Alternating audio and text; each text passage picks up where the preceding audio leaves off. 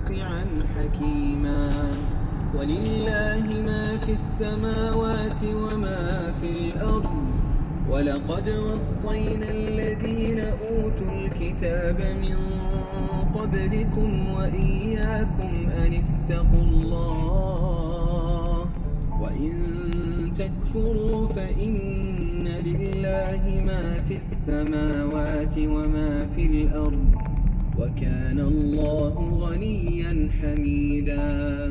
ولله ما في السماوات وما في الأرض، وكفى بالله وكيلا. إن يشأ